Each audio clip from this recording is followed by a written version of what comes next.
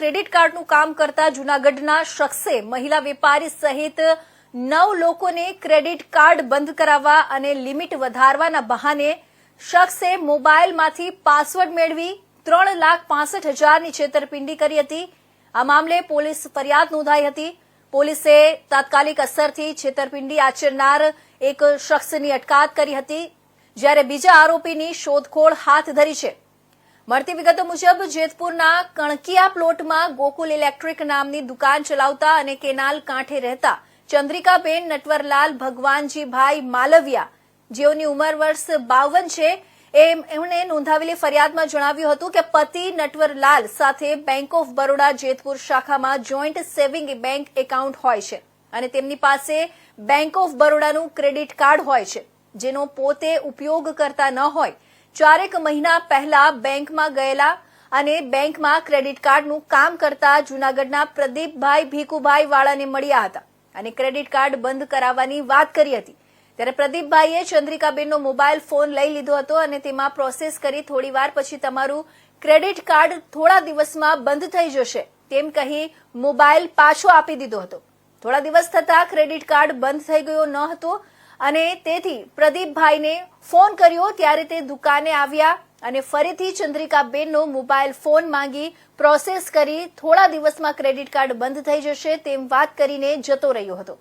આવી રીતે 2-3 વાર તે ચંદ્રિકાબેનની દુકાને આવ્યા અને પ્રોસેસના બહાને મોબાઈલ લઈ પરત આપી ક્રેડિટ કાર્ડ બંધ થઈ જશે તેમ જણાવ્યું। પોલીસે તાત્કાલિક ધોરણે આરોપીને પકડવાની કામગીરી હાથ ધરી હતી, જેમાં આરોપી પ્રદીપને પકડી પાડવામાં આવ્યો હતો।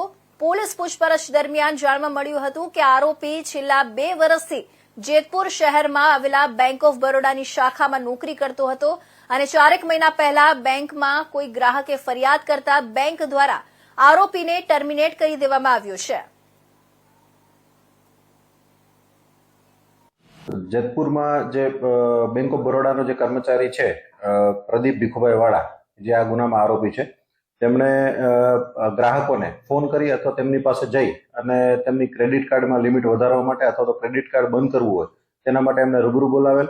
રૂબરૂ ન આવે તેમની પાસે જઈ અને એમને એપ્લિકેશનમાંથી જે ઓટીપી જનરેટ થાય પોતાની પાસે લઈ અને પોતાના મોબાઈલમાંથી મોબાઈલ બેન્કિંગથી એમણે ટ્રાન્ઝેક્શન છે તે કરી અને એમના મિત્રને આખી વિગત આપતો હતો।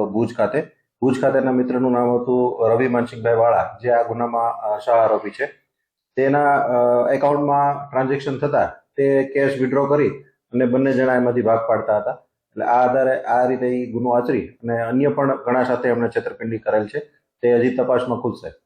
આરોપીની પૂછપરછમાં અન્ય કેટલા લોકો સાથે ફ્રોડ થયો છે, અત્યારે કેટલા લોકો સાથે ફ્રોડ થયો છે, કેટલા રૂપિયાનો ફ્રોડ થયો છે? હા, ફરિયાદ આધારે તો હજી એક જ ફરિયાદીની આપણે ફરિયાદ લીધી છે, બાકીના શાહેદોમાં રાખ્યો છે, એટલે ટોટલ હજી આમાં આંકડો મેળવાઈ રહ્યો છે। હજી ફ્રોડની સંખ્યા વધશે। તો આરોપી પર કોઈ અગાઉ ગુનાહિત ઇતિહાસ અથવા તો આ જે આરોપીઓ છે તે કઈ એપ્લિકેશનથી ફ્રોડ કરતા હતા અને બંને વચ્ચે કઈ રીતનો ભાગ બટાઈ થતો હતો?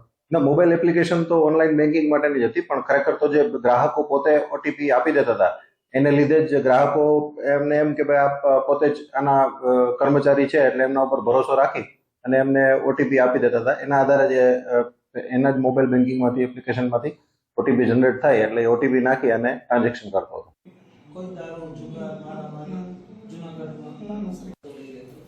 કસ્ટમરને કઈ જરૂર